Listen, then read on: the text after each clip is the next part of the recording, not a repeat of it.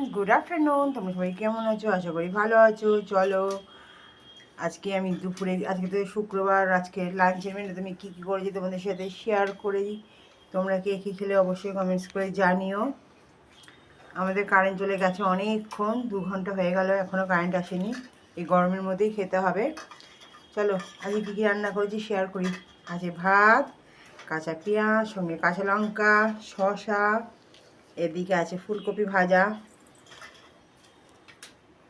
ফুলকপি ভাজছো, আর আছে হচ্ছে এই তো কলমি শাক ভাজা, পাবদা মাছের ঝাল করেছি বড়ি দিয়ে, শিম দিয়ে। আজকে আর আলু দিইনি, আলু কিন্তু দিইনি, হ্যাঁ আলু দিলে বেশি হয়ে যাবে, আজকে আলুটা দিলাম না। শিম আর বড়ি দিয়ে করেছি পাবদা মাছের ঝাল সর্ষে পোস্ত বাটা দিয়ে, আর আছে আমের চাটনি। চলো ঝটপট খেয়ে নিয়ে, এই গরমের মধ্যেই খেতে হবে, কিছু করার নেই। তোমরা কে কী খেলে অবশ্যই কমেন্টস করে জানিও। আর যদি তোমাদের দেখতে ভালো লাগে আজকের লাঞ্চ থালি, আমিষ লাঞ্চের থালি, অবশ্যই একটা লাইক করে দিও। ভালো থেকো, সুস্থ থেকো, সাবধানে থেকো। দেখা হবে নতুন একটি ব্লগে।